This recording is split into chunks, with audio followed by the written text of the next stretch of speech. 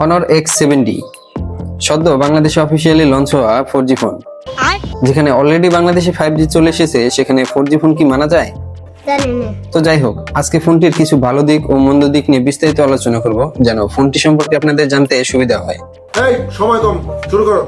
ফোনের ডিজাইনটা টেনে টুনে চলার মতো, তবে কিছুটা মোটা বেজেল অনেকেরই চোখে পড়বে। ঠিক বলেছো। ফোনটির ওজন 208 গ্রাম আর পুরুত্ব 8.4 মিলিমিটার, তাই ফোনটি হাতে নিলে বেশ মোটা ও ভারী লাগে। রাইট।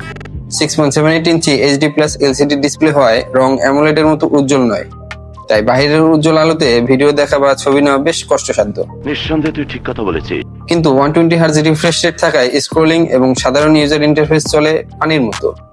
এইটা আমরা জানতাম। স্ন্যাপড্রাগন 685 চিপসেট থাকায় দৈনন্দিন কাজ যেমন সোশ্যাল মিডিয়া, ভিডিও স্ট্রিমিং বা ব্রাউজিং এর পাশাপাশি হালকা গেমিং চলে ভালোই। কিন্তু হাই গ্রাফিক্স গেমে মাঝে মাঝে ল্যাগ এবং হিটিং দেখা যায়। এছাড়াও 8GB র্যাম এবং 256GB স্টোরেজ থাকলেও নেই বাড়তি স্টোরেজ বাড়ানোর সুবিধা।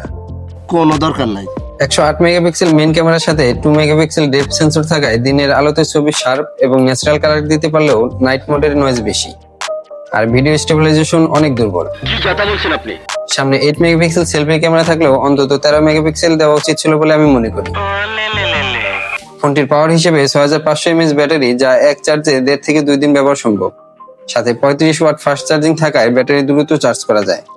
তবে বড় ব্যাটারির কারণে ফোনটি হাতে কিছুটা ভারী মনে হয়। হ্যাঁ ভাই, ঠিক আছে। LCD ডিসপ্লে থাকায় ফোনটিতে সাইড মাউন্টেড ফিঙ্গারপ্রিন্ট সেন্সর ব্যবহার করা হয়েছে।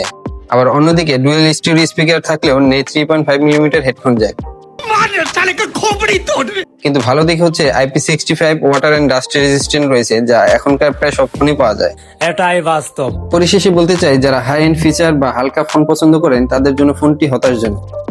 তবে যারা দীর্ঘ ব্যাটারি এবং বড় ক্যামেরা চান তাদের জন্য ব্যবহারযোগ্য হলেও আমি সাজেস্ট করব না নেওয়াই ভালো, কেননা এই রেঞ্জে অন্য ডিভাইসগুলো আরো বেটার কিছু প্রোভাইড করছে।